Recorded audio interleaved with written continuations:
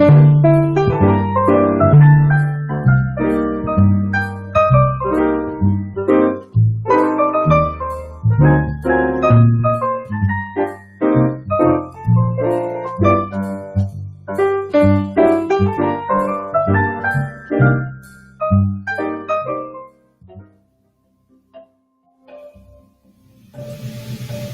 morning, everybody.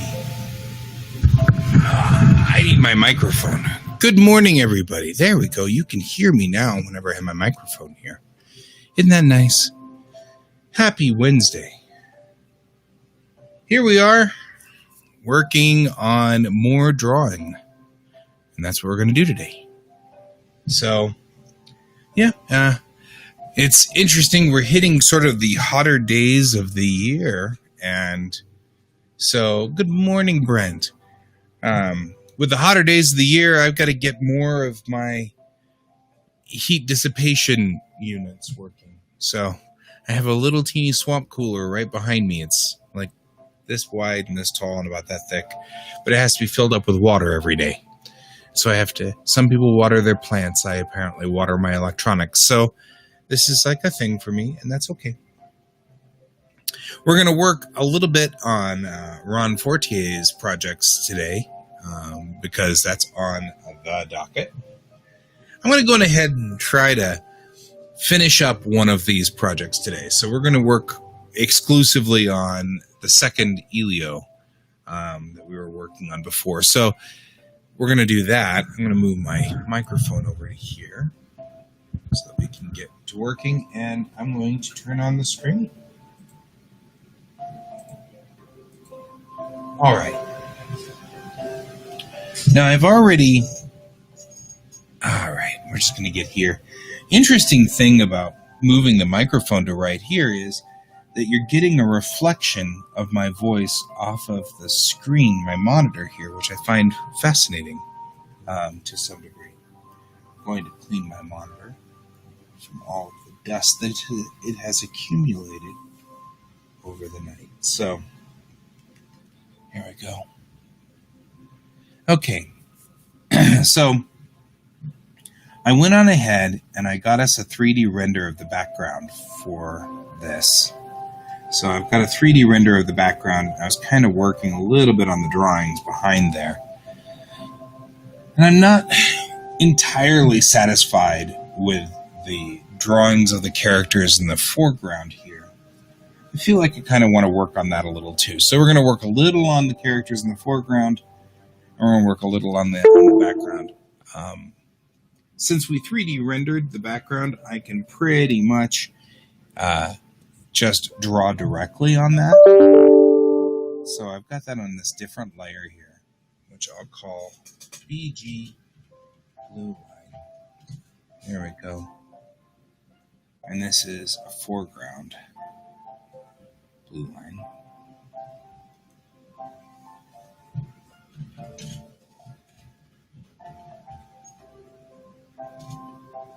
There we go.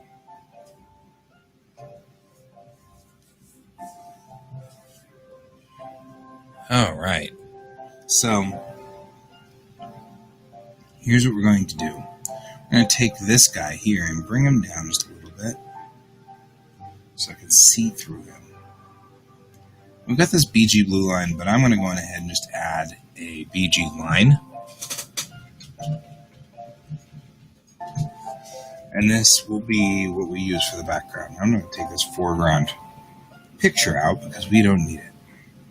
Now, I went on ahead and just grabbed some destroyed buildings and assets that I have in my library, and I just put it in here so that we can go on ahead and just work on it. It won't be that hard. And then I can just take the custom line tool, just make some lines here. And I like doing this a whole lot better because it all heads to the correct vanishing point without me actually having to work on it.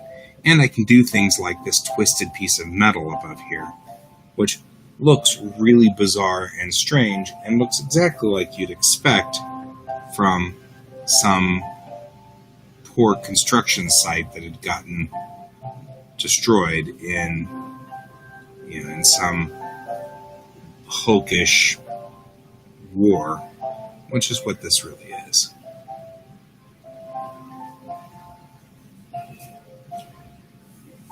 So, go ahead. I'm just going to put these in right here, these girders. Right? And so this is going to be here, but the thing is that I'm going to crumble all of this because I feel like the crane went right through it here. So we're going to have some deflected metal.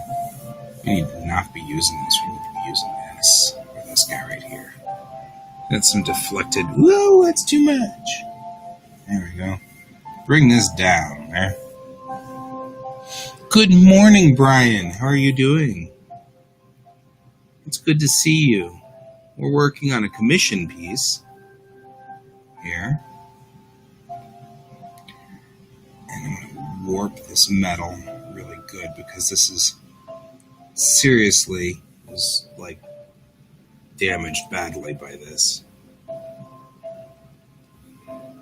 So we're going to straighten these out as we come down the road until we get to a certain point down here where I'm going to feel like it's okay to be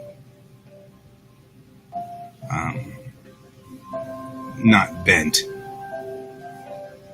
This crane clearly bent out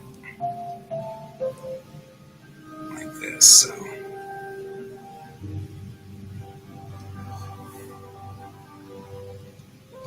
So our Wonder Woman we were working on yesterday got claimed. So we're going to stop working on that because they want Earth Tau wants to go on ahead and use that piece, but we need to discuss what it's going to be because of course it can't be Wonder Woman.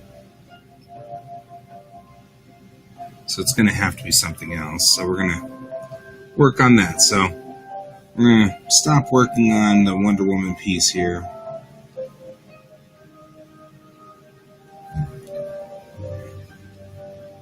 This poor crane just collapsed right into this.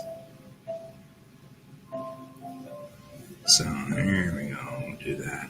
And then up and over like this. And then into... And this just became a mess in here. That's all this is one big mess. I always love stories inside here. What's the story of this picture, right?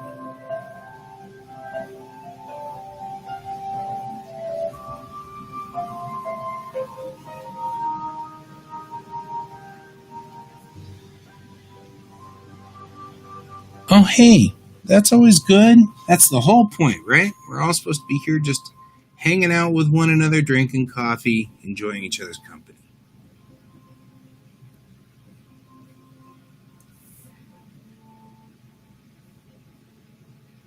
So there we go. I'm going to put that in there and like that. And let's not have these girders involved in one another. There we go. I want those lines to cross over. Oh, excuse me. And then I'll have this girder kind of hanging off like this, like it's about to fall. And this is, the background sucks here on this one. You're in that horrible part of the town where everything's falling apart. Alright. Some of these lines are going to still be straight, even if some of them suck. So we're going to do this here. And this side of the building's still fine to some degree. Right? Nothing really majorly wrong with this side of the building, but we'll go ahead and do that.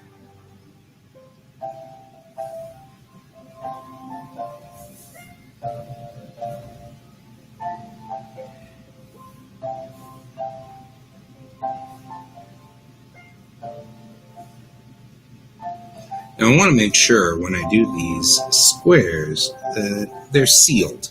I want to make sure that they're closed at each end. Because at some point here, we're going to go through and we're going to fill them with black ink. So having an opening like this is going to allow for the ink to spill out. So I don't want it to spill out. And so I want to make sure that these guys are all tight.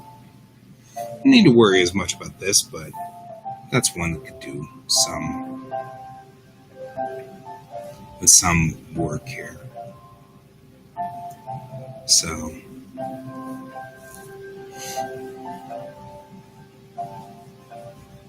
we're going to just put some of the hints that there's something else going on back here. Like that.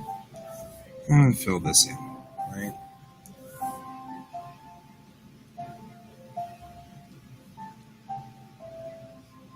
There's a hole in the side of the building there. Like this guy here, he's a hole in the side of the building too. You can see through it to the other side. You'd think that I'd have good control over ink, right? You know, we're just saying. After all these years. Yeah, I think I get ads for those on Facebook, those pills. It feels like to me. Get ads for pills to control my ink. Because I apparently have ink control problems.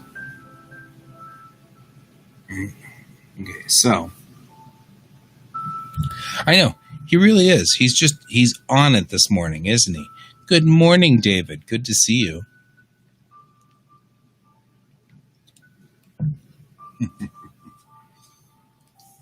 Brian is live. And since he's on this broadcast, he's live.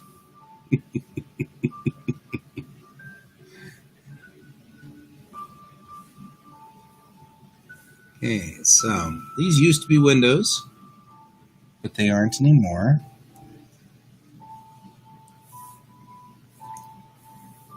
I can't hit this one yet because we've got a leak right there. There we go.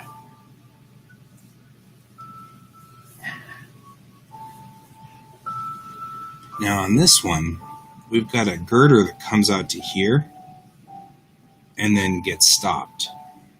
Right, so these girders we're going to have to work on with the pen because they're no longer straight.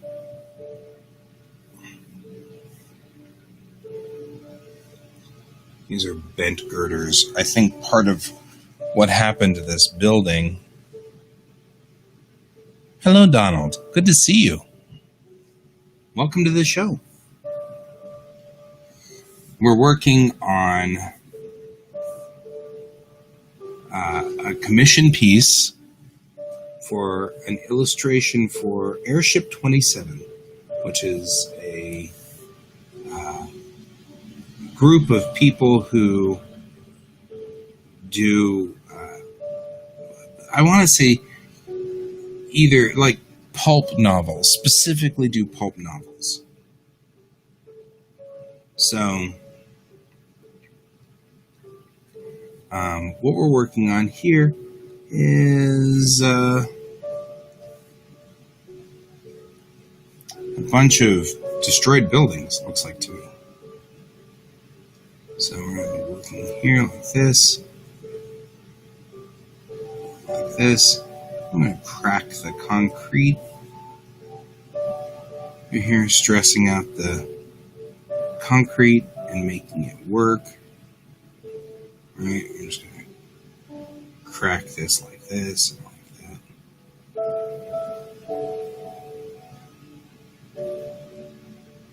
Here we go.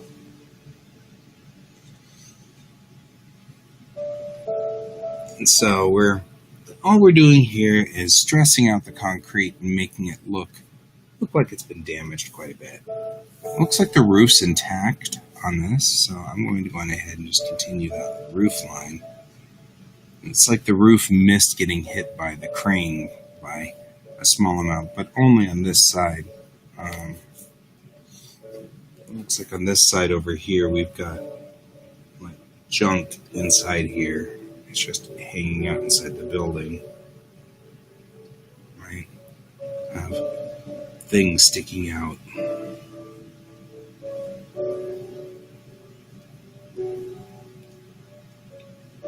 Right? Bent pieces of metal.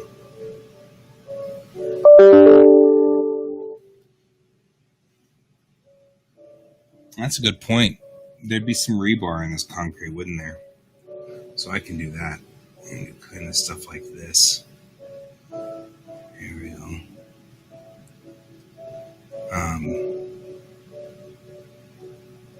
There. Just like that. That's a very good point. Thank you, Donald. I'll kind of go across like this and come out. And then like that.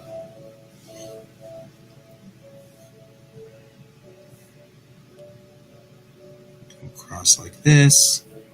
We still have this crane back here, which has gotten itself bent into this building quite a bit. The crane fell into the building somewhere along the line.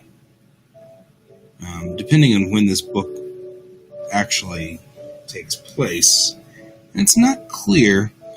The book takes place in some future apocalypse or post-apocalyptic future of some sort.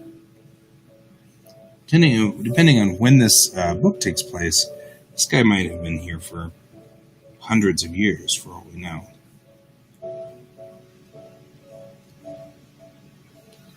So this is definitely not a safe place to wander around. There we go. Get some destruction in here and some nastiness and just general ugliness. And we'll come back around like this. And what I really should do here is cut into this with this crane. Stop. It's let that crane dig in right over here.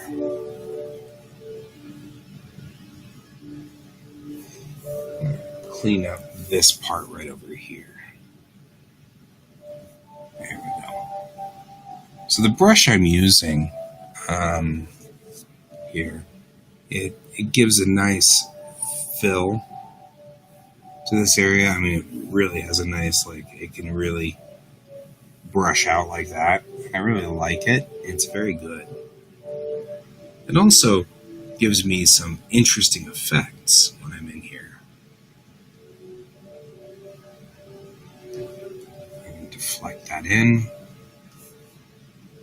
And I'll just do this all the way across and then put it through like that. And then we'll crash the beams in here. A long time ago it ruined the roof. And there's some rebar coming out from the concrete.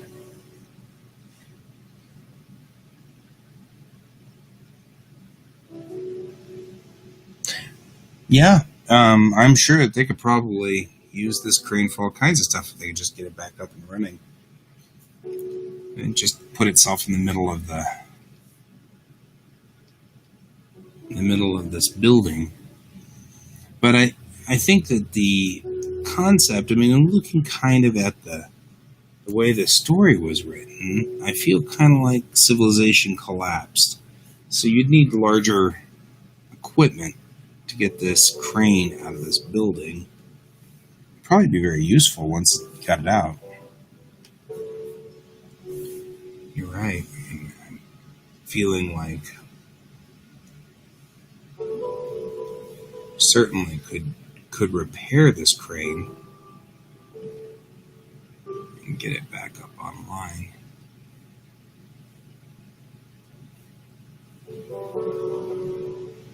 But you'd need some pretty big equipment to do it, I think. I feel kind of like that's...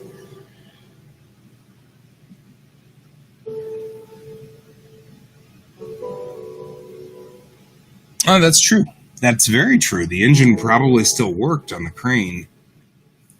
But they probably drained it of its diesel, though, somewhere along the line. I guess. Scavengers and such.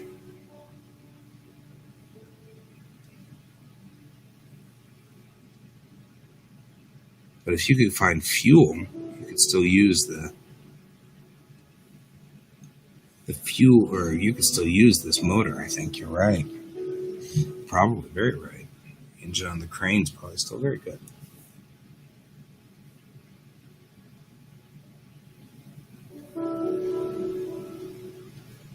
Every time I hear the word crane, and especially falling crane, I think of the movie The Abyss.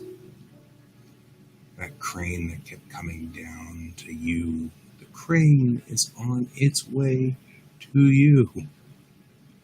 I love the movie The Abyss. That's a good movie. It's a underrated movie. Very underrated.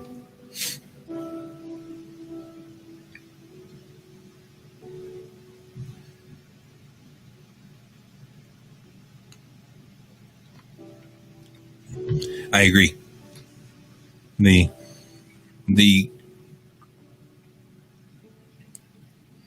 cranes would be interesting. I always like cranes. They make for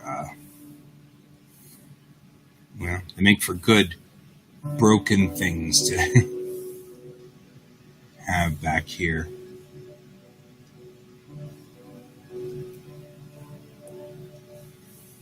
I always feel like The Abyss is such an underrated movie because it was kind of, they borked it to make it work for the audiences, but the original version of it is really interesting.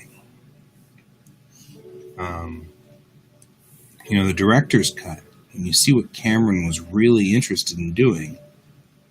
I like that a whole lot better. We used to, when I was younger, we'd have movie nights and we'd haul out the old laser discs. That's how old this was. And we'd watch movies like that. But we'd only watch the director's cut of The Abyss and of Aliens. We like the director's cut of Aliens as well. It seems like when Cameron does things, he's got better ideas going for him than the studios let him do. I'm sure that happens a lot.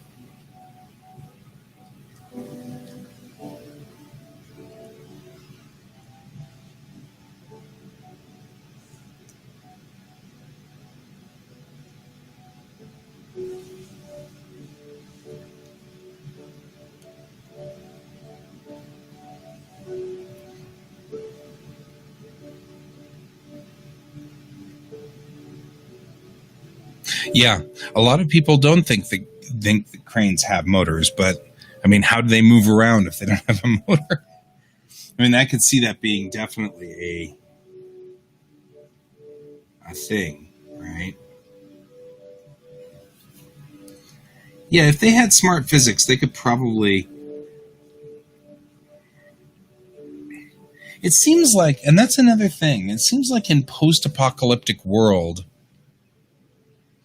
you always sort of end up with things that you're like, well, I mean, I hate to say this, but I would have done something with that, or whatever. Like, I would have definitely recovered this crane. But then what would you need a crane for in post-apocalyptic world except to beat people with, I guess? So you kind of have to think about what's the purpose of the crane. The crane is on its way to you.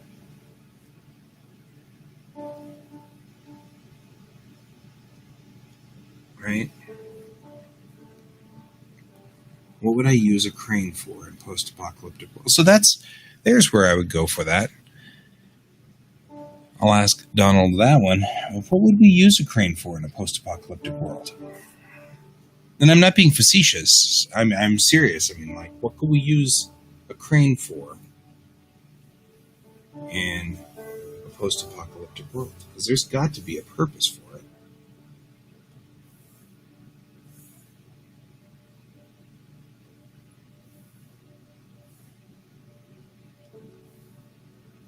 And I like thinking those thoughts, right? Because science fiction is great, but there's a certain amount of practicality to science fiction that you kind of want to think about.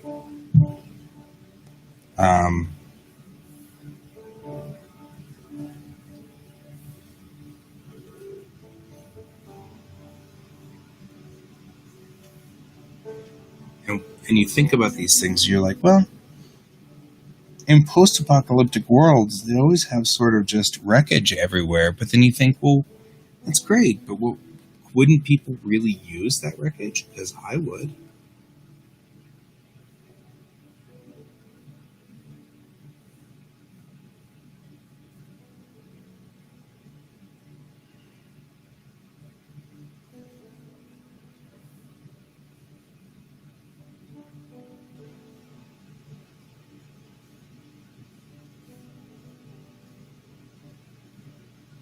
Just making this all look really janky and unstable.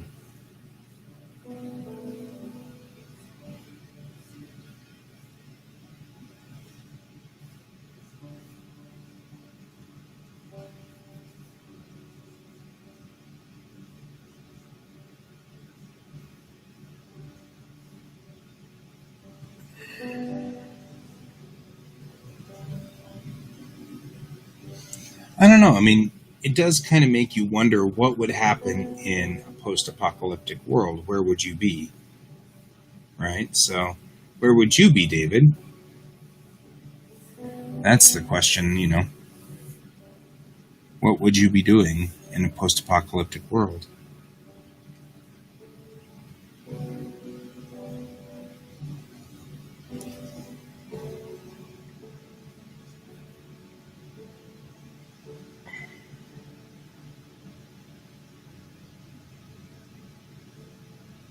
That's true. It would make a great lookout tower. It would. That's a very valid point he's got there, is that the crane would be a great lookout tower. I mean, you could be up here on this crane. I find it interesting that everyone, if you think about the way that society, right, it's not really safe. Brent's bunker is not safe. I find it interesting that when we look at society as a unit, it's really all about going against the natural instincts of the world. I mean, the way animal kingdom works and stuff like that. In the animal kingdom, it's always about survival of the fittest. But humans have done a great job of sort of defeating the survival of the fittest piece, right? We don't really do survival of the fittest. We let people who are not fit survive. And with good reason. Now it'd be a great radio tower.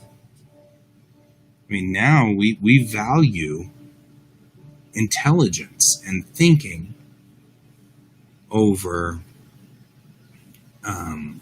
just blunt strength. I find it interesting that when society starts to break down, we go back to that original thought process, right? We go back to the process of thinking it's survival of the fittest. Wonder what would happen if we made some kind of apocalypse where the apocalypse still lets the smart people survive. But I can kind of see the logic now behind why you end up with wreckage like this, the towers and things like that. Because the concept, in sort of a two-dimensional way, is that if you're not strong, you don't survive in the post-apocalyptic world. And strength can come in many ways. I mean, it can be, you don't have a gun, or you don't have some kind of defensive system of some sort. But I think I'm with Donald on this one. Thinkers can always figure out something.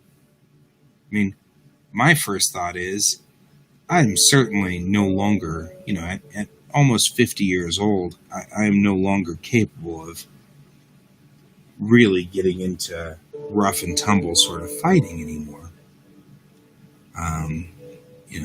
Those days are behind me. But I'd like to think that I have an awful lot of knowledge about how explosives work, and weapons, and I could make something and still retain quite a bit of threat. But then again, we're still at survival of the fittest, so who's doing the farming? Who's doing,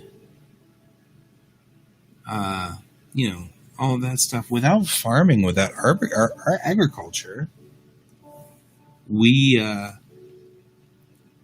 end up having to spend most of our time finding food. And that's, interestingly, how civilization began, was with farming. That's the key piece. So before that, we were pretty much just who we were, lost,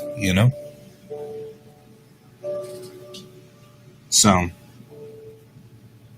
I think it's interesting. We have to still have... I actually don't think that we would stay fallen for very long.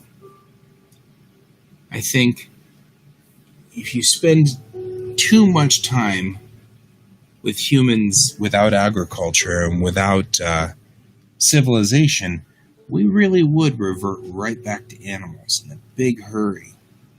So I feel like for the benefit of all of those around us, or for the benefit of our civilization, we'd want to do that.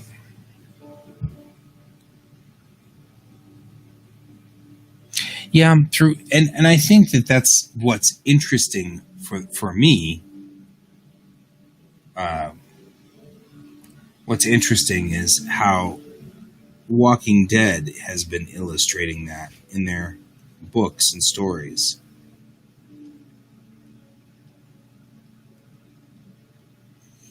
Right? And so,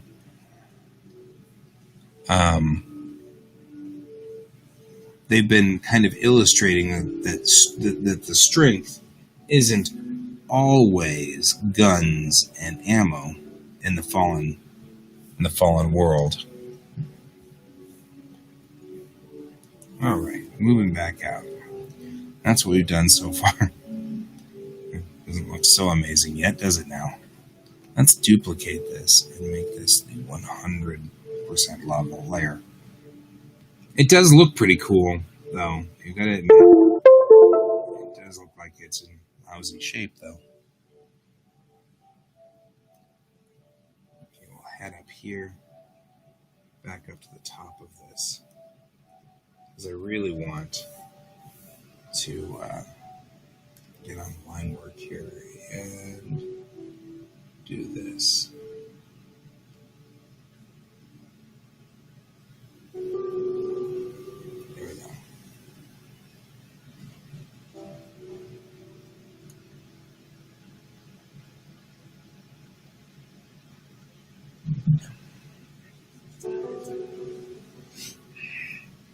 Yeah, I think so too. I think that somewhere, somebody like you or I would look at this crane and say, there's got to be something we can use this for.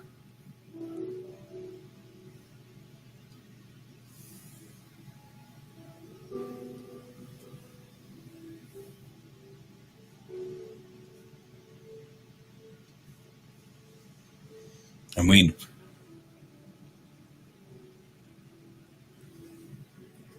I would presume we wouldn't fall so far down that we'd lose language in writing.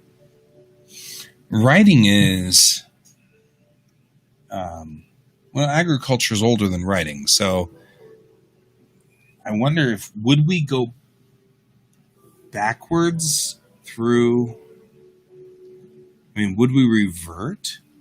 That'd be a good question to ask. I mean, when we talk about culture breaking down, would we revert all the way back to, and would we go backwards through our timeline? So, for example, lose writing first and then agriculture as time goes on. Kind of things that make me wonder.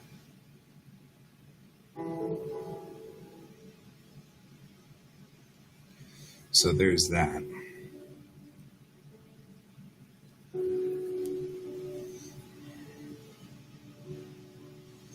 I don't know what my child was doing. He just came in here and then left. And then I swear I heard the front door open. Does make me concerned. A little bit concerned. My child does not quite grasp that he is... In fact, my child's a great example of the way that one of the concerns that I have with this culture, because he... I don't think all of us would revert to animals. I don't think we would, but we do have a horrible tendency to believe that we are a man alone.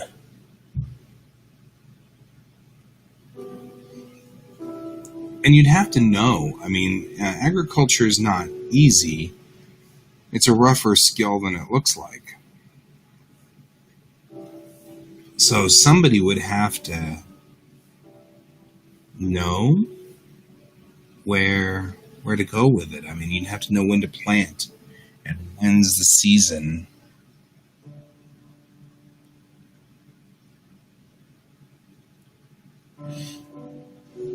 Yep, I think we might take a quick break here while I go figure out where my child went. I hope he hasn't gone outside. So let's go ahead and real quickly take a 5-minute break, everybody. We'll head back here and turn my camera on. So I'm going to take 5, and I'll see you in just a few minutes here, and we'll get back to working on cranes. Thank you.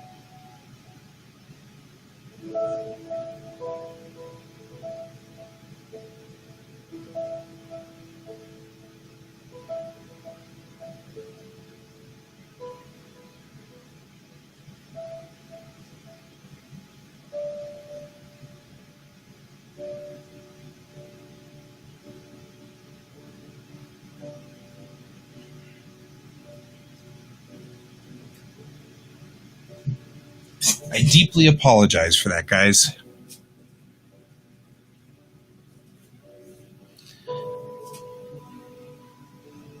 So, okay, let's get back to work here.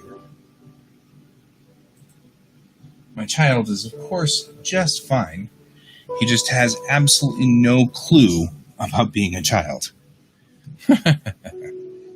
My child is of the opinion that he is a 35-year-old man and he can do whatever he needs to do. So he just walks away. And I have to go get him. Convince him he is not, in fact, a 35-year-old man. And just walk away and do his own thing. Children are children. They're kind of wild.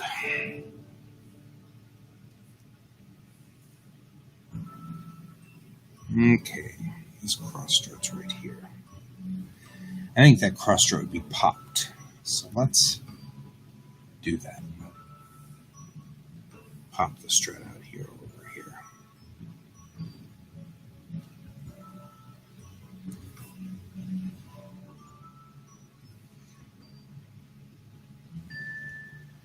He's 10. He's 10, but he's been like this all his life. He's a 10-year-old going on 45. And he won't really understand how this goes. Right? Exactly. Who does he think he is? Us?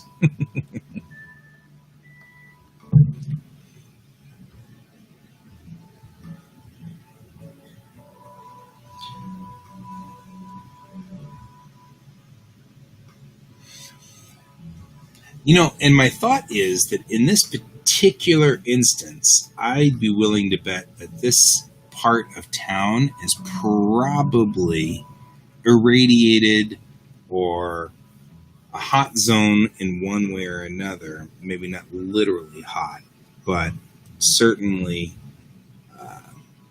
hot in one way or another. Either the bad guys patrol it, or there are robots in this story that, like automatons, that war robots of some sort or another, who patrol. So my thought is that probably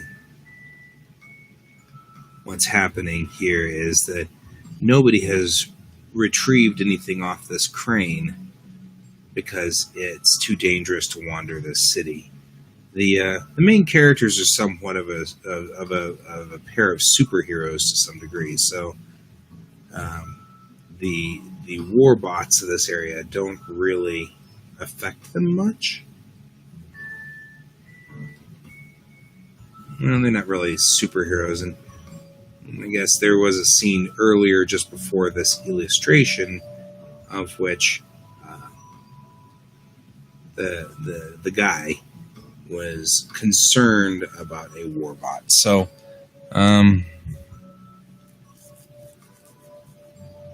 he has, right, Brent, your daughter would definitely just straighten him totally out. He has an awful lot of intelligence and not a lot of wisdom. And that's part of the problem, is he gets cocky with his intelligence and believes that since he is intelligent, he has the wisdom and he doesn't need to concede the point. And the problem is zero street smarts. So he ends up kind of in trouble because of that.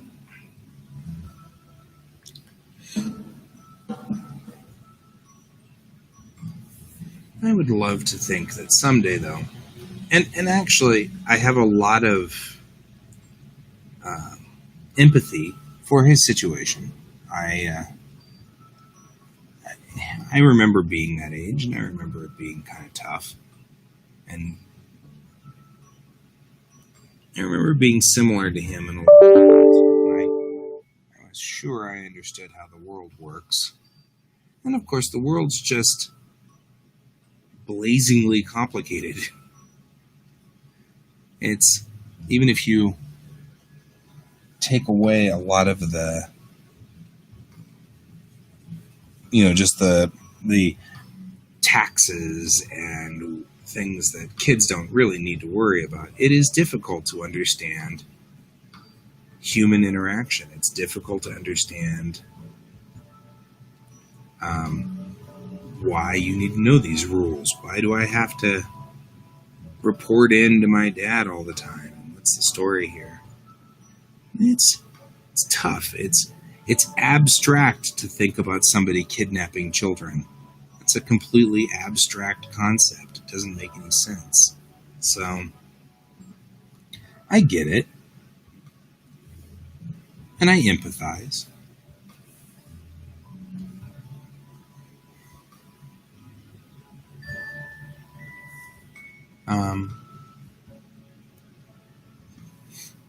But you still have to do it.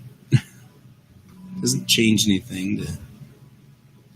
What I really love about this 3D model is that twisting the model around has made this so janky.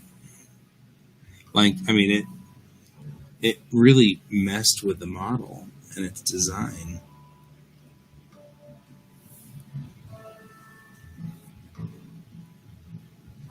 I janked it up here. It's like it's all messed up.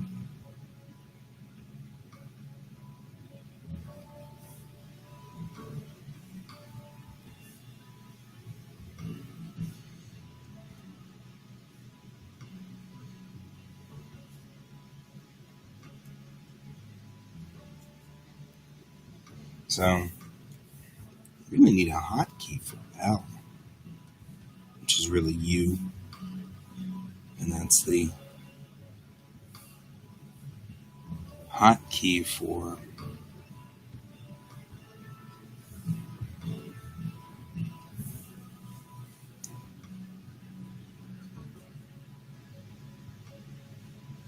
sure. And I'm nothing more than just the generic frustration of being a parent. That's all. And there's nothing special about this. It's not unique. It's the same thing that every parent has gone through over the years. It's nothing new under the sun. There's absolutely nothing new here. But it does kind of make me wonder, in a post-apocalyptic world,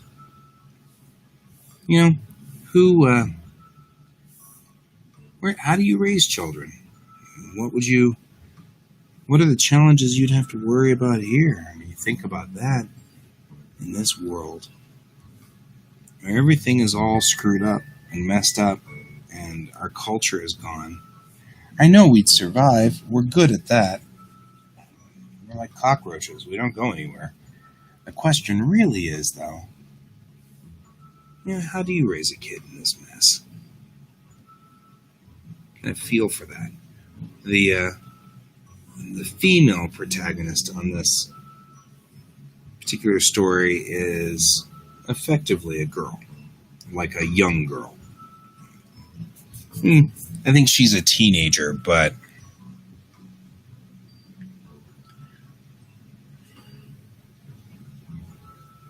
yeah.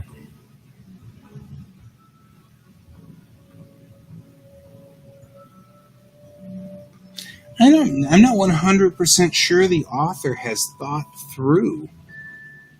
The author was here at one point in time watching a few weeks ago when I was working on these pieces, and she hasn't shown up since.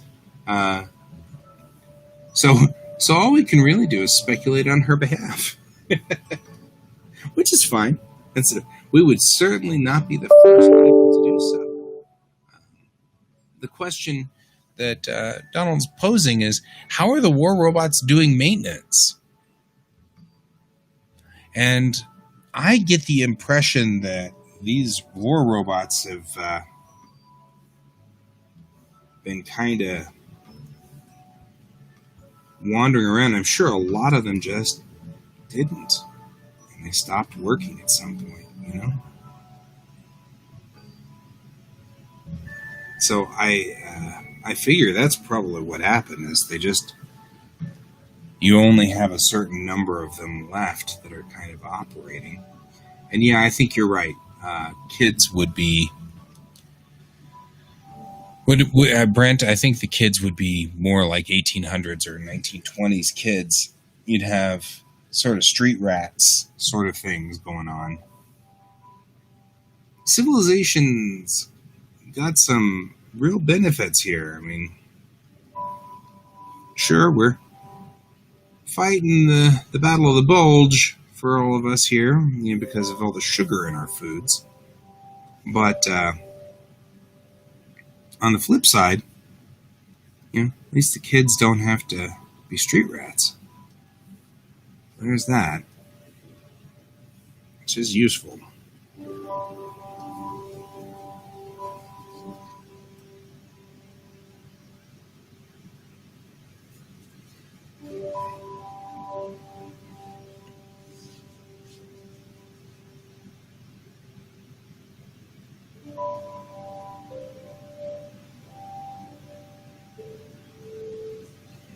Dad bods.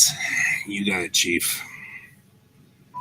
Yeah, I agree with you, Donald. I think that the world would be...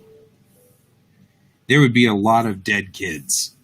And it would be the school of hard knocks for a lot of these guys. Because really, in the grand scheme of things, our universe is not that dangerous.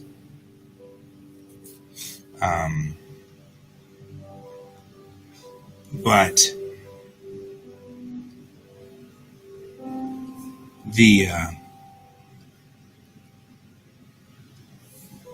I think that in this future, you'd have a lot of, I don't know, like it would be in this kind of post-apocalyptic thing, you just end up losing a lot of the kids. They just wouldn't make it. A kid like mine would get his head full of steam somewhere to play ball or something like that, and he'd fall down some 50-foot pit and break a leg, and then nobody would know, and there's no communication system. You couldn't call somebody.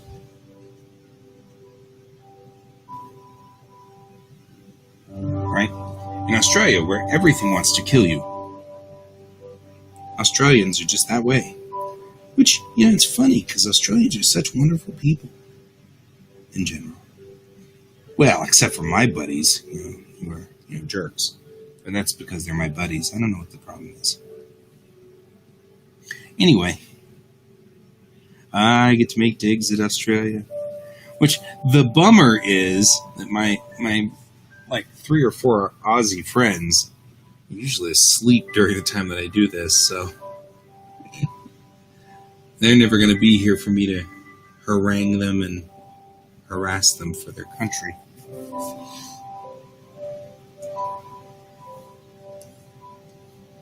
Which is only funny because you're picking on nationalism. Because really, of course, people are people. That never changes. So it doesn't matter where you're from, but it does if you're going to make snide jokes and pick on your buddies. Then it matters.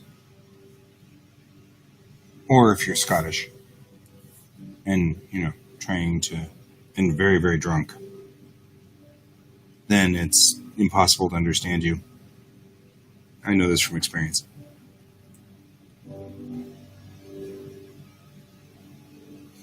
So,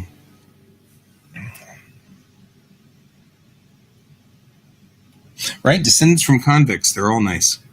All of them. Oh, actually, it's a thing. Aussies are great.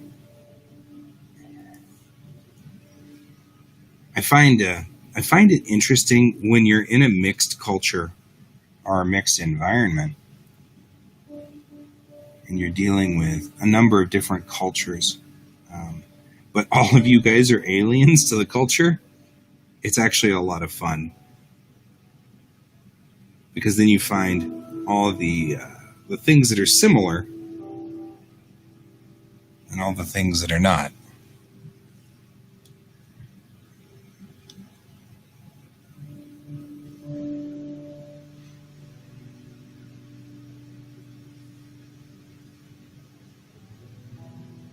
Right? The outback sounds like it's a disaster area. But if you're not a kangaroo, I guess.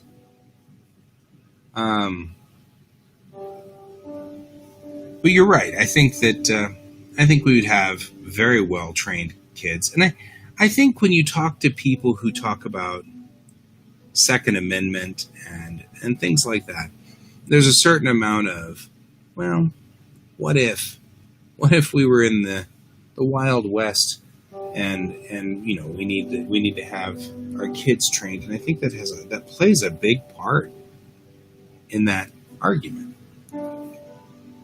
I don't necessarily want to get too terribly political on here, by the way. My feelings on the second are extremely complicated, and not as straight up as you'd think. But I think that's part of what makes our culture interesting, is that we have all of these complicated situations in here where it's that way. But we come from a culture which was, not that long ago, really rough. Living in the 1800s was not fun and games.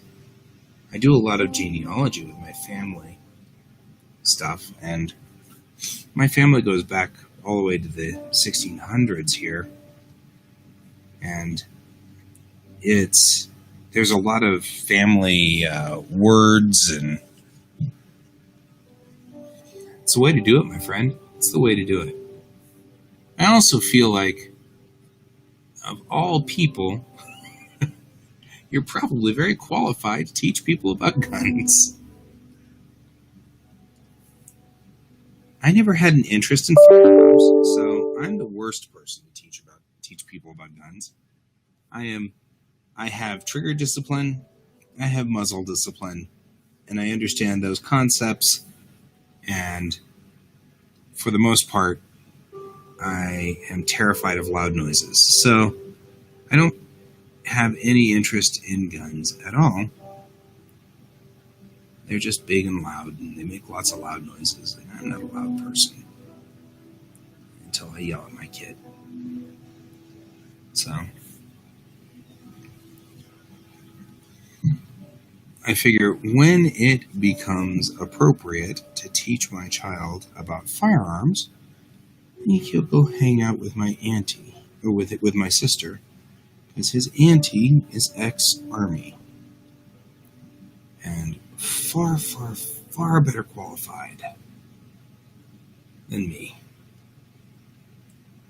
Because the ex-Army people are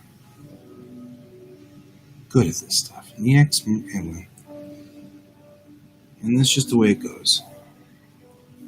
Leave it to the military folk. They know what they're doing. They know how to deal with firearms just fine. Don't leave it to me. I know how to properly. Well, and that's sort of my feeling. I think that some of us, we view firearms. Well, I think also in the cities, firearms have not been necessarily as useful as tools as they have been in the countryside, where you do need to worry about coyotes, and you do need to worry about different problems and issues, and it takes a long time for law enforcement to get out there, and it takes a long time I understand that. That is a completely reasonable thing. I don't know how we got here. But there's that, and that's understandable.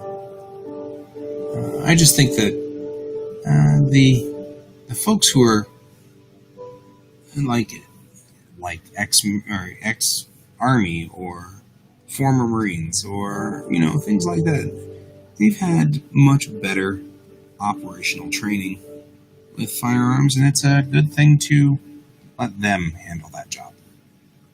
That's my feeling on this. It's a good job to let them handle. They're more likely to do the job better than me. I have other things I can do very well. I don't need to have that as a skill set. So it's never really been necessarily something I needed. I'm going to bend up some of these girders here so we get to this side of the building. This is the other side.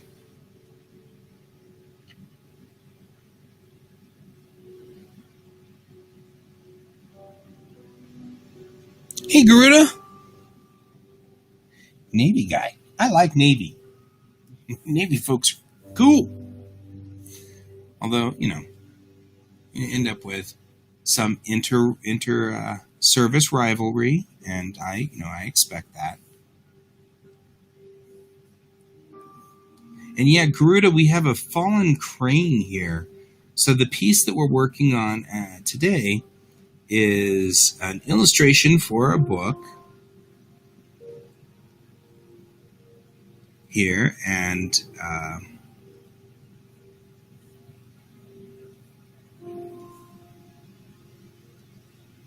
this illustration is post-apocalyptic.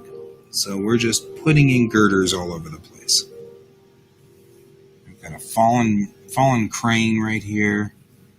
We're just messing with the structure and the girders. Looks pretty cool. Look at that. That looks neat. Well, it's good to have you here, Garuda. Good to see you, my friend. I hope you are not, in fact, still stuck overseas. Hope you have made it back. I haven't seen an update on you yet. Are you stuck still overseas, Garuda? Because when last we heard from Garuda, he was stuck.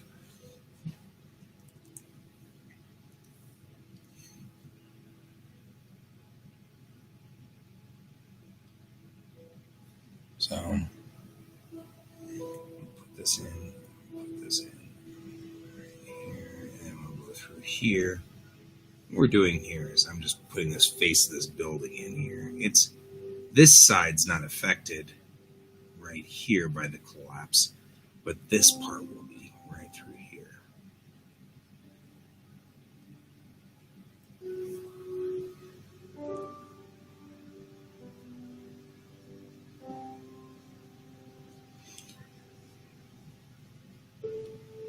Right? Like you'd have a survival kit of some sort for living in the post-apocalyptic world.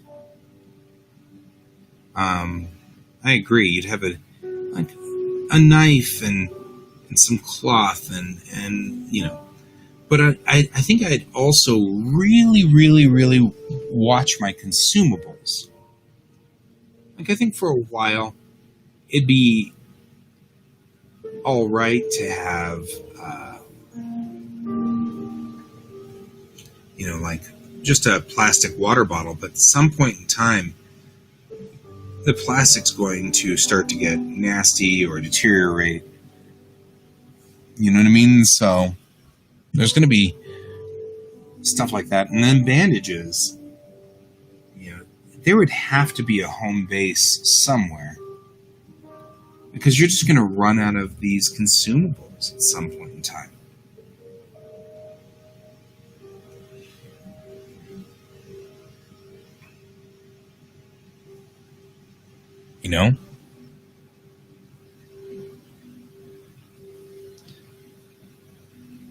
You're right. I mean, Ziplocs would be amazingly useful.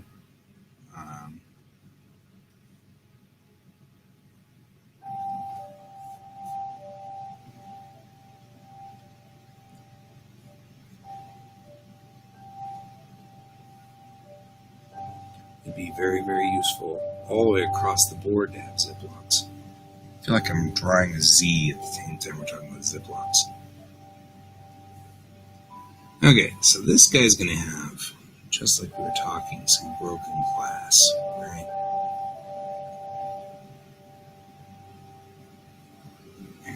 Because that window's gone. Has been gone for a very long time.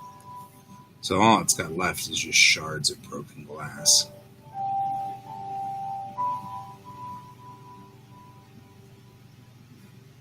Hey, look, guys, we've bridged the gap. We're on the other side of the building over here. We're on the other side of the street.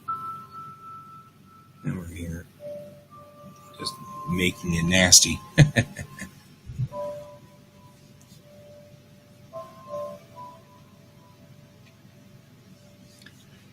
Yes. And my wife makes fun of me I make fun of my wife for her cast iron skillets. But you're right, they would be worth their weight in gold.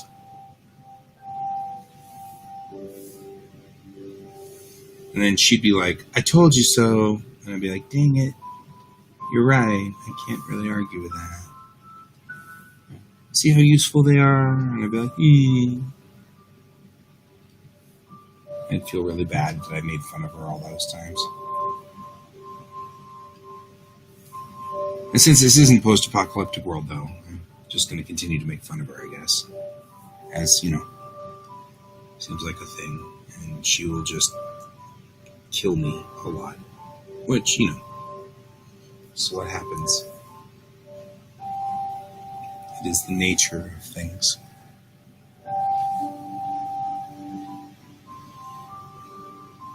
Right? It is definitely March 952nd. I swear, it has been rough. This has been rough. I hope all of you guys are enjoying late March. I agree with you, Brian. It's just rough. I'm here. Okay. Feel like the structure of this guy's coming down through here. There we go. Okay, we've been at this one now for about an hour. Putting in this background. But this is final work, so I'm not terribly concerned at this point. So we'll bend like this. Because this is calling it straight, but I feel like the stress of falling over would have bent it very badly. So it's not going to go straight. Not anymore.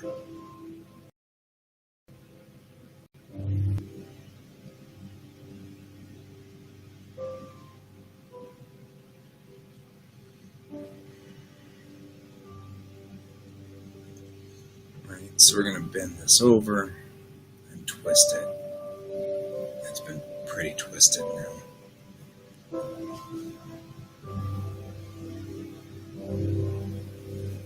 Yeah, I mean, it did strike a building when it fell down, so it's not going to be a happy crane. It's going to be pretty messed up. Okay, coming down this side.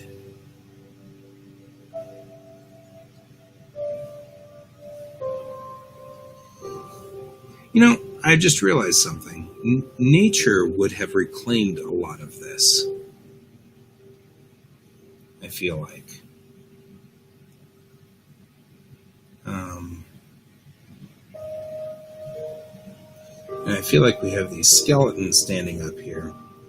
But in real life, they wouldn't be just blank skeletons. We'd have trees and vines and all kinds of stuff. Nature would have reclaimed it, unless it was irradiated, or something that would have stopped nature from doing its job and reclaiming it.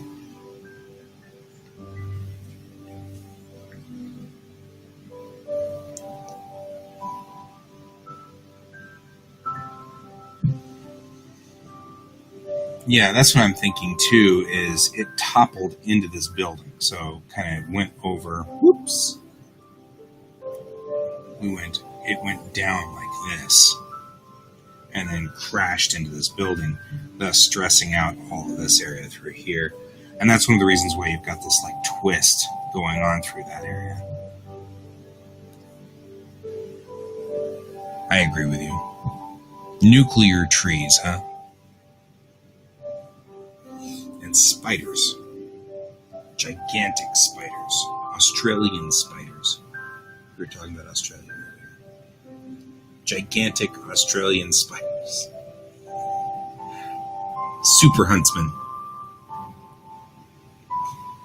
Makes me worried that they call those spiders huntsmen. Right? I mean, doesn't that just seem terrifying to people? Is anybody else terrified? Because I'm terrified of that. Huntsman spiders sound just nasty.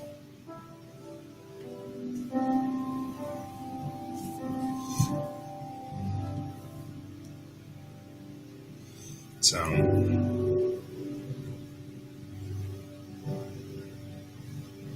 we've spent an awful lot of time in the background. At some point here, I want to go on ahead and talk about my characters in the foreground, because I feel like she's just too flat. So I'm going to have to come up with a new concept for her, I think. I like him. He looks pretty solid, but I'm feeling like I want to work on her a little bit more. Got the proportions right, but if we're working here, I kind of feel like I want more like this and fold her abdomen forward more. Put this more like this across here. That's what I'm feeling like. A little bit more like that. And less back. Give her a fold through here.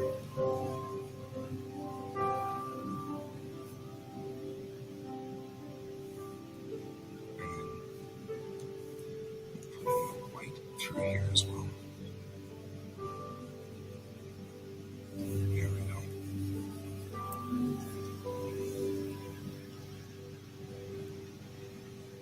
go. Nope. Not looking up ogre spider. I'm just not. I'm just saying. In general, I'm not arachnophobic, but I could see that making me arachnophobic. I feel like that would happen. I feel like that would be a thing.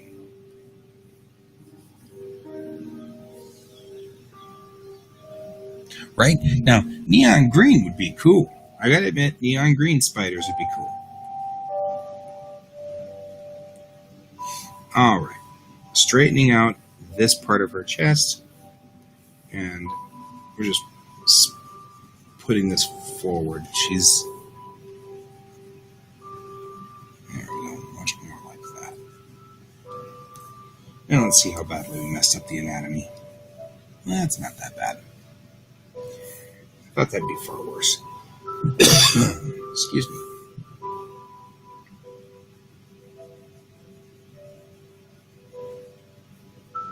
Put this forward more like this.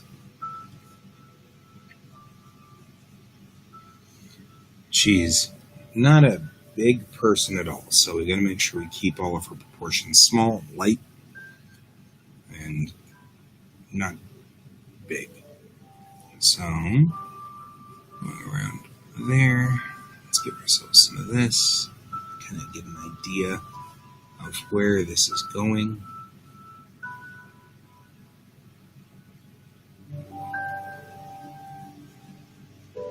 There.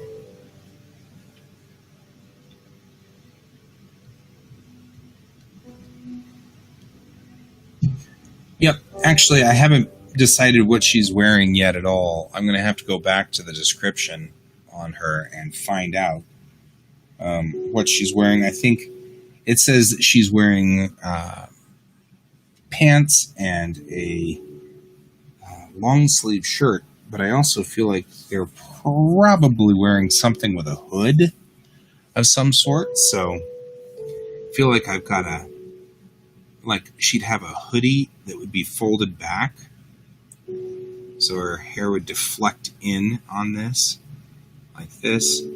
Some kind of hoodie of some sort, which would have her hair kind of coming out like this, right? And it's because it is hot, but you protect. And especially this particular character is an islander, a Pacific Islander in design. I mean, like, that's her genetics to some degree. So she's going to have dark hair, dark skin, and that's brutal in the heat. So it's going to make her life miserable. So she's actually going to be really big on the idea and the concept of having some kind of hood that can protect herself. Now, I'm going to leave her hood down for drama purposes here, because this is actually the first time we meet this character. So for the drama purposes, we're going to keep the hood down. But I feel like she's headed in this way with very much just this kind of setup.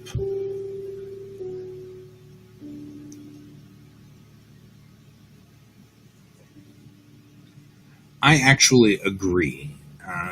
I have to go back and check. She had flip-flop sandals for a while in the story, and I have to make sure she has not, in fact, changed from that. When she starts her story out, she's got, she starts out with nothing, literally.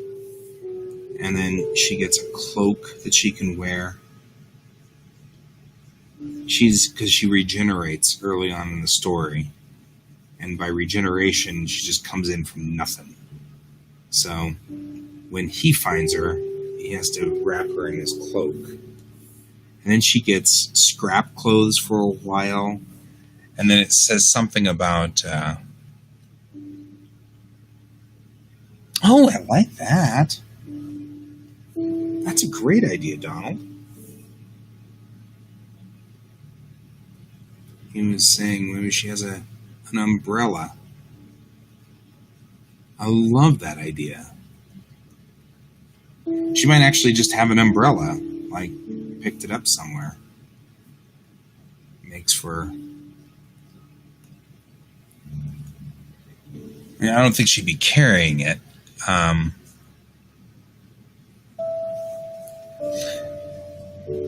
Did say that she, as a character, the book did say that no, so that umbrella is not going to cut it. The book did say that as a character, she kept everything. So she'd have a backpack of some sort by this point.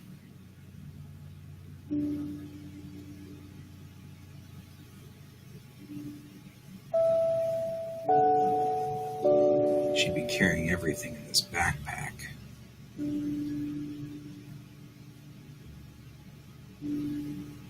Right.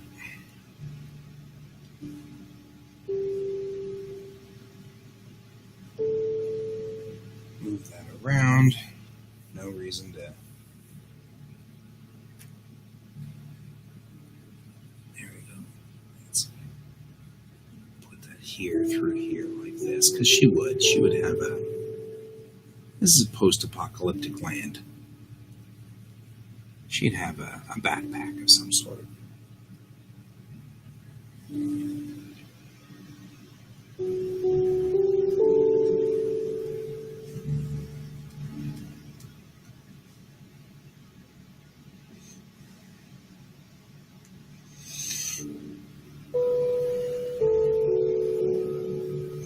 There we go.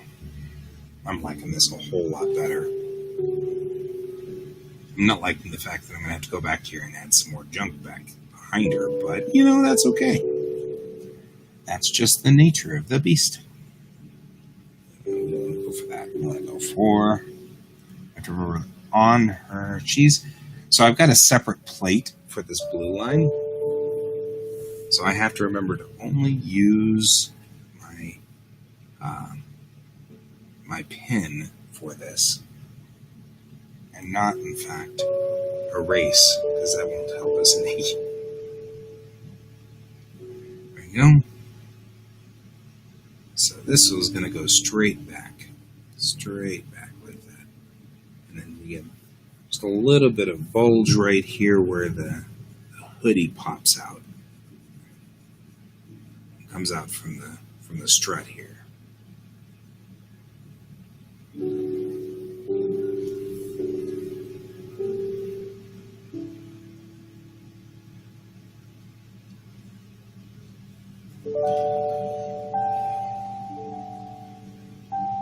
There we go, like that.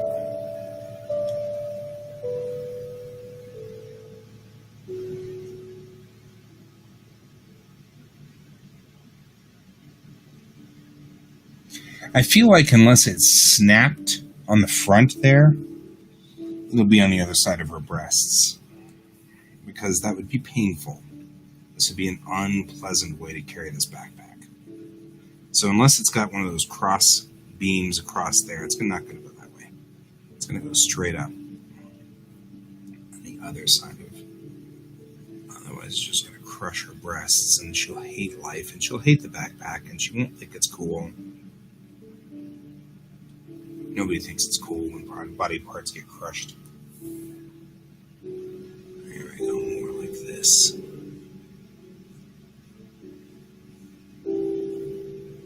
There we go, like that. Then I'll move this over, move that structure over completely.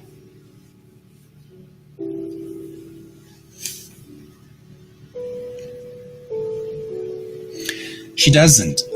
In fact, when she shows up in the story, she shows up absolutely naked. So there is nothing she's bringing with her at all. So I also get the strong impression that she is from a different time period. So I don't actually get the strong impression. She's from a different time period. So it's going to take her some time to get adjusted and acclimated to this time.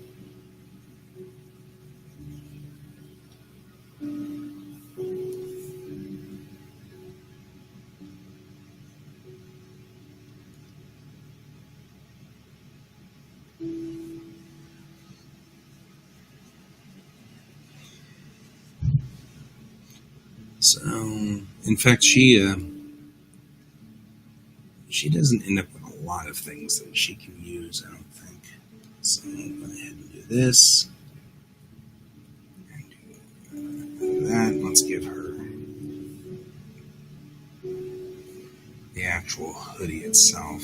Come down to about here, give or take.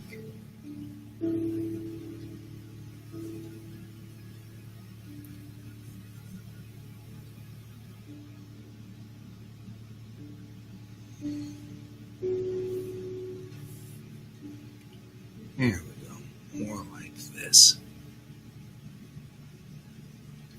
This will make it a whole lot easier to come back through and mess with this in a minute. I am going to have to straighten this out at some point. So we're going to have to come back around. She's, right now at least, we've got this parka on her, and that'll help.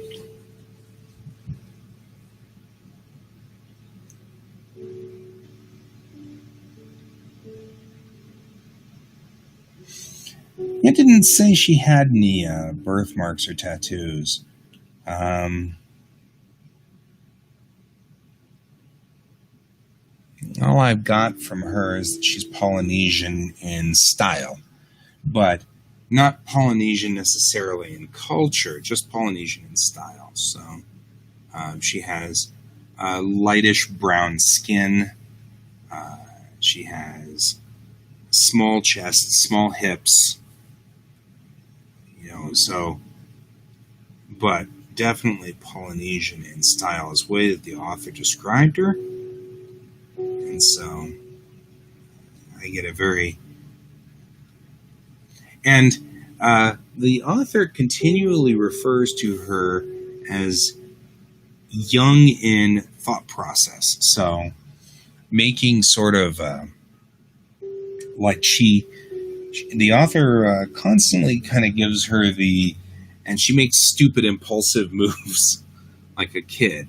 She does a lot of things on impulse. So I get that she's young. I'm just not sure how young. I mean, well, that's not true. I do know how young. She's in her teens, late teens.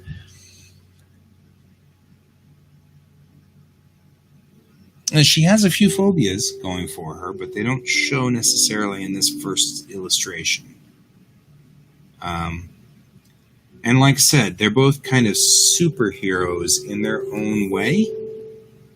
So she has superpowers to some degree that are rather new to her world. So she's not used to them yet. Not in this illustration.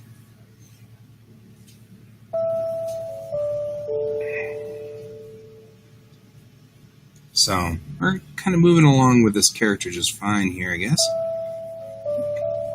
She's making progress, I feel like. Definitely kind of coming along nicely here. Get rid of my guides on her because we don't need those guides right now. We're pretty solid on this.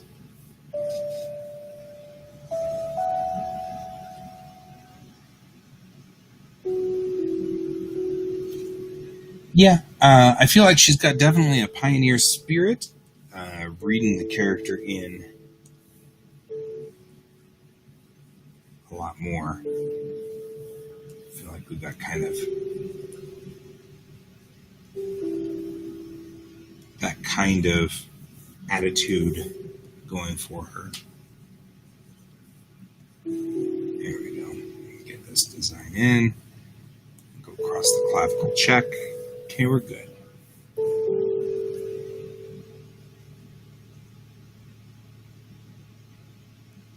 Give her the rounder, sort of youthful face.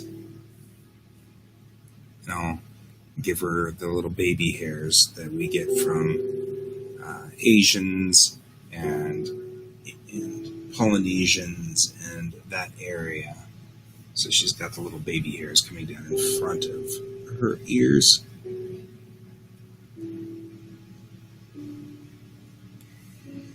Give her that a little bit. Yep, let's not cross over there. I think about that all the time. What would laundry be like here? Probably the same way it was back in the day. You go to a stream and dump all your clothes in it. And then make sure that the clothes don't wash away in the stream. And then get very aggravated when they do. Be my thought. There's a lot of that kind of stuff going on at this time.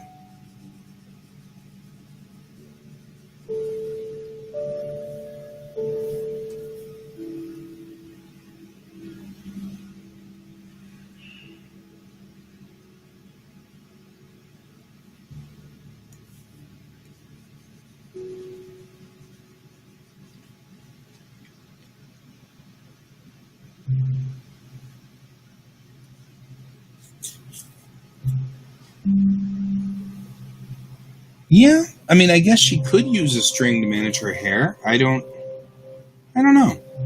Would she? That's a good question. This is an interesting thing to be doing.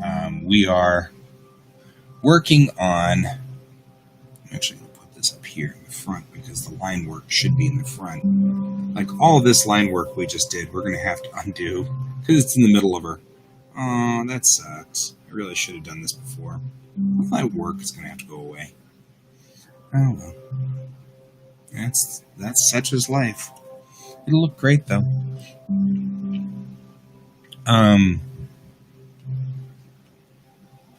But I often think about how to make that work. Is she, when I read, where was I going? Oh, I know where I was going. Since this is a novel, I have a unique ability to read what the author actually wants to do in prose, but then I have sort of a responsibility to draw out the character the way that the author wants to put the character out. So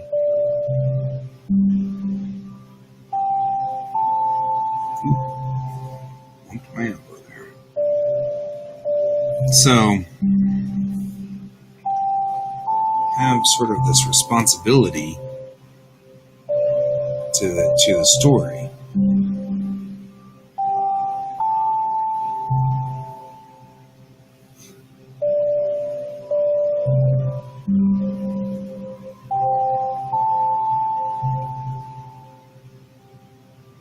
Kind of thinking of like Moana to some degree. Not necessarily in design, but thinking about hair and look. Moana didn't put her hair up unless she was really, like, doing something that the hair got in the way. I have a niece who has hair very similar to this, and is about the same age as this character is supposed to be, so kind of thinking about how she deals with her hair. And she usually leaves her hair down.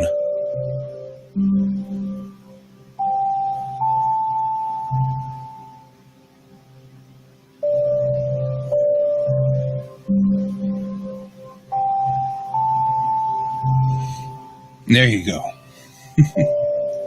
Well, but like I said, thinking of, and I am kind of to some degree modeling this character after my niece, to some degree because it makes sense.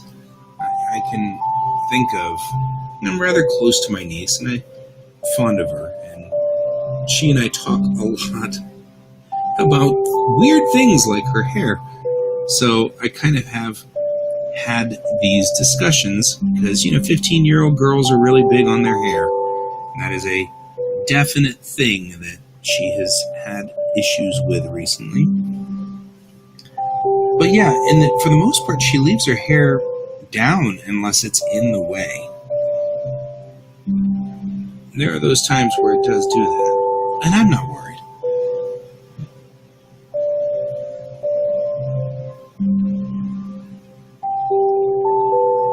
We'll figure it out. I mean, the worst thing that'll happen is author will look at the picture and say, "Oh, I envisioned her hair being up, and I'll go back through and do this." At which time, having done the background will be wonderful, because there won't be any redraw of the background. I don't need to mess with it. Converging tangent. I see a converging tangent right here. Let's get that tangent out of the way. We don't want that to converge. Okay. We've had a lot of great discussion today, gentlemen.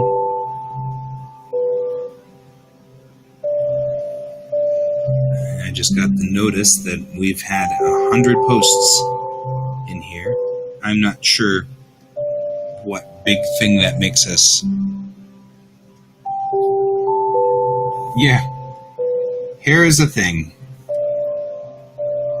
I don't know if you were left in a post-apocalyptic world, if you'd care as much about what your hair did.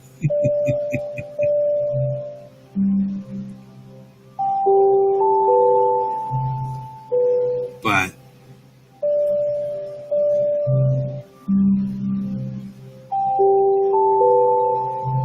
you would still be sort of it would still be sort of a thing. I'm going ahead and do this. And all we're doing here is just adding to the folds of the hood.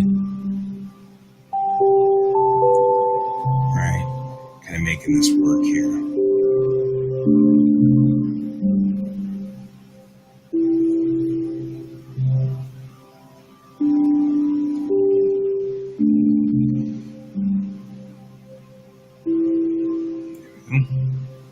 That'll help define this part without having to actually put in all of that.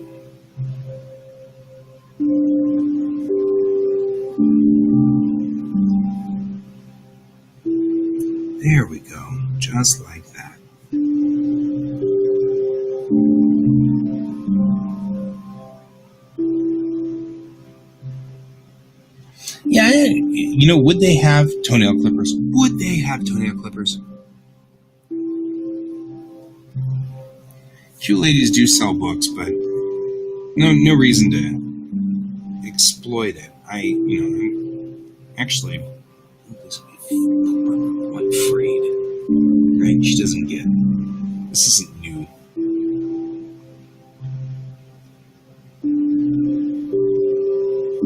We don't need to make this difficult here. There we go.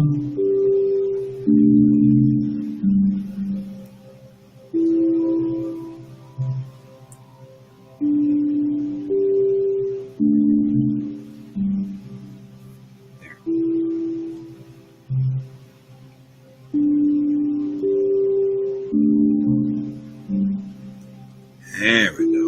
Just put this in. I'm going to put in.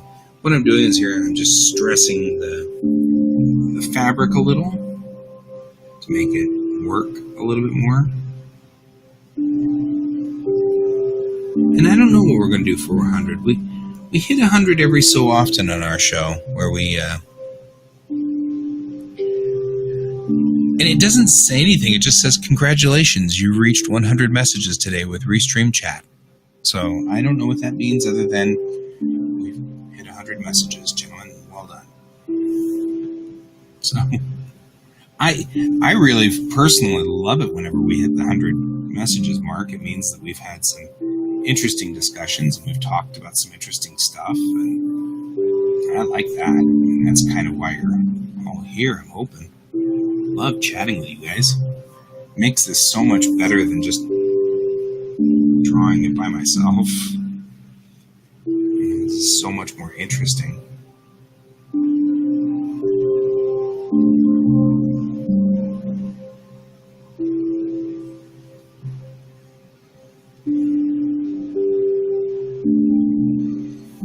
So, rather have you guys here anyway. And we could just chat about stuff. I find fascinating too.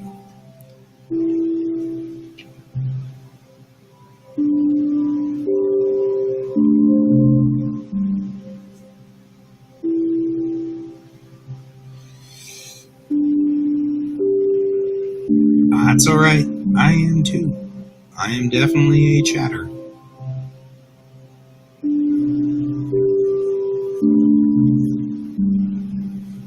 Stressing the fabric here, folding it up a little. There we go.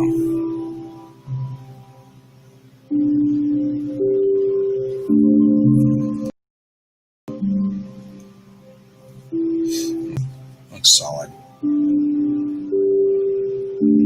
Somewhere along the line, she found a pretty decent hoodie she can wear.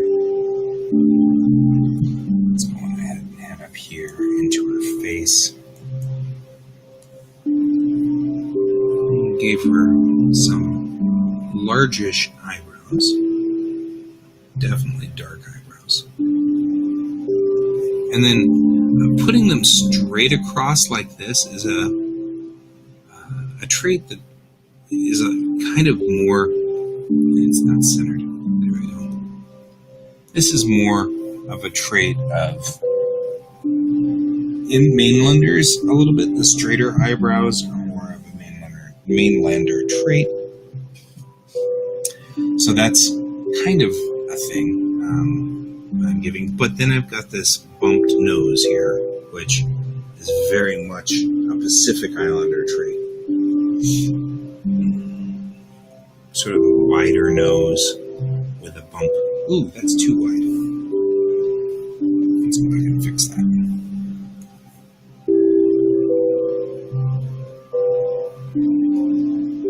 Right. First time we see this girl, we're looking up her nostrils. I'm sure she just appreciates the heck out of me for that.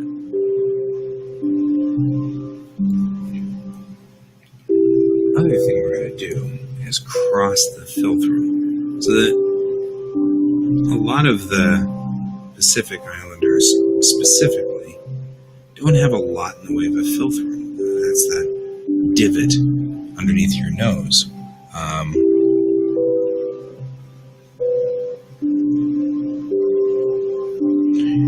You're right. The having gloves would be a thing. I agree. Go through here like this, and then we'll put in the bottom lip right here. So she's got something to kind of go there.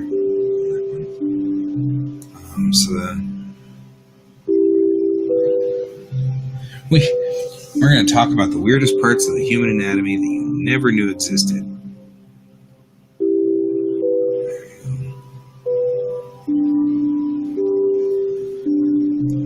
We'll talk about things like the filtrum.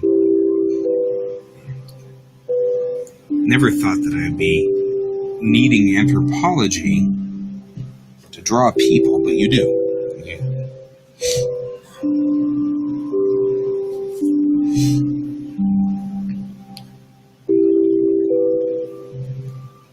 I think her nose is a button nose, but it's not going to be necessarily flat. The bridge will be pretty flat, and then her eyes would probably be almond-shaped to some degree, but a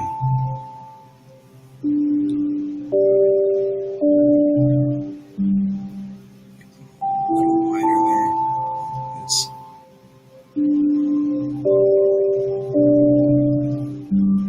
There we go.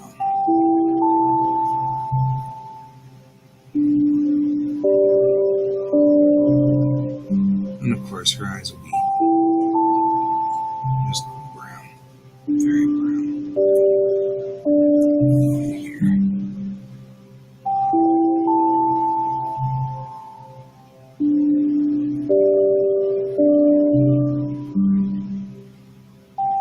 There we go.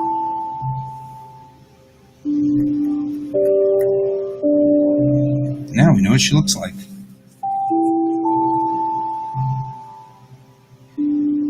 Let's get that hair.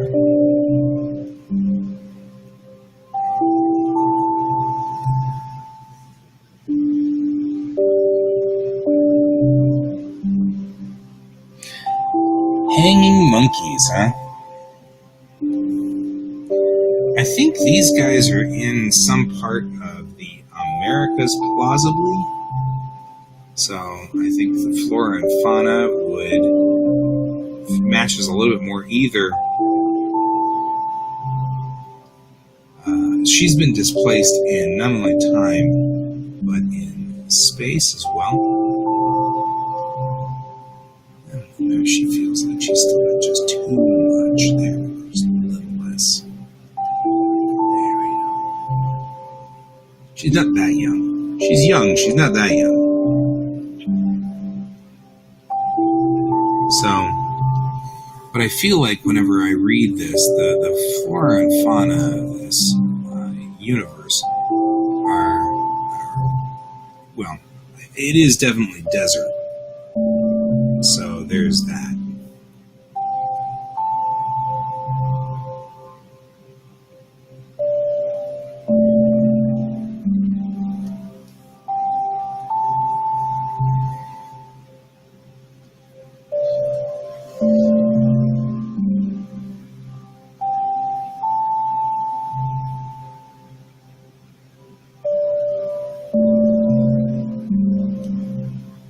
Sure. Yeah. Well, she starts out in some kind of islander ritual. That's how she ends up dying. And so she has to be regenerated from her death. And that's sort of where this character starts from. Is this sort of this islander ritual? So I got the impression that whatever islander ritual this was, either this took place long before this. This is open-ended, and the author did not actually close this loop. So I'm going to have to go back, or I'm going to have to see what Book 2 says about this. But certainly I see that she's Islander in a lot of ways.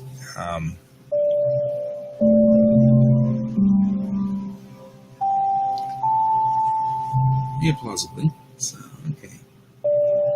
Here we go, up through here.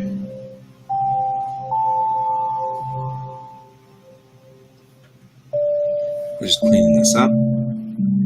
Through here. Going down through here. Oh, yeah, there we go.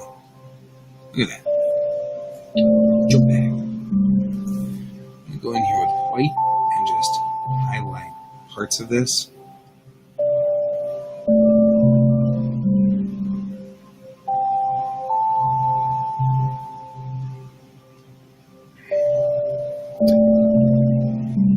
mean, we could make her hair very straight, and it would probably...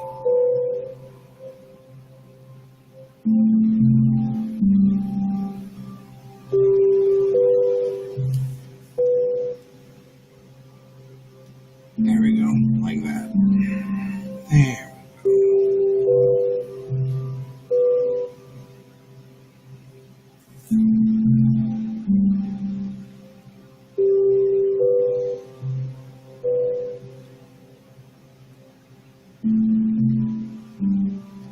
There, excellent.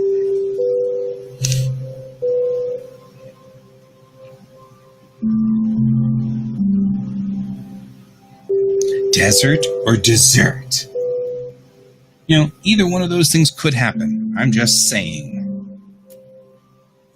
Okay. Yeah, she's got a serious look. She's kind of wandering we've got her kind of wandering the streets here. She certainly doesn't look like she's going to take crap from anybody. But on the same token, I kind of want her to look a little, you know, she is a powerful character, but I don't feel like she knows it yet.